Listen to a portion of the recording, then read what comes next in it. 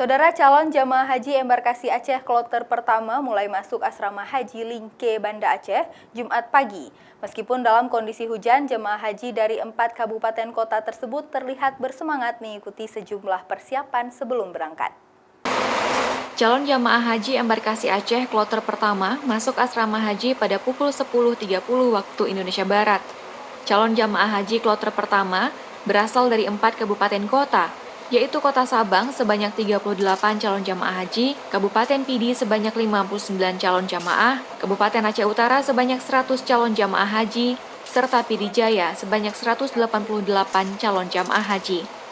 Setibanya di asrama haji, para calon jamaah haji embarkasi Aceh akan langsung mengikuti sejumlah kegiatan, seperti pemeriksaan kesehatan, pemeriksaan barang dan berkas, serta pelepasan yang direncanakan akan dilepas oleh PLT Gubernur Aceh nantinya.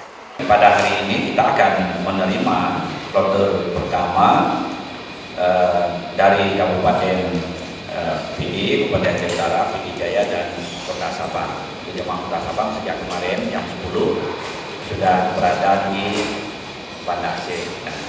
Calon jamaah haji embarkasi Aceh kloter pertama berangkat pada Minggu 20 Juli dan akan bertolak ke Mekah dengan menggunakan maskapai penerbangan Garuda pada pukul 13.30 waktu Indonesia Barat.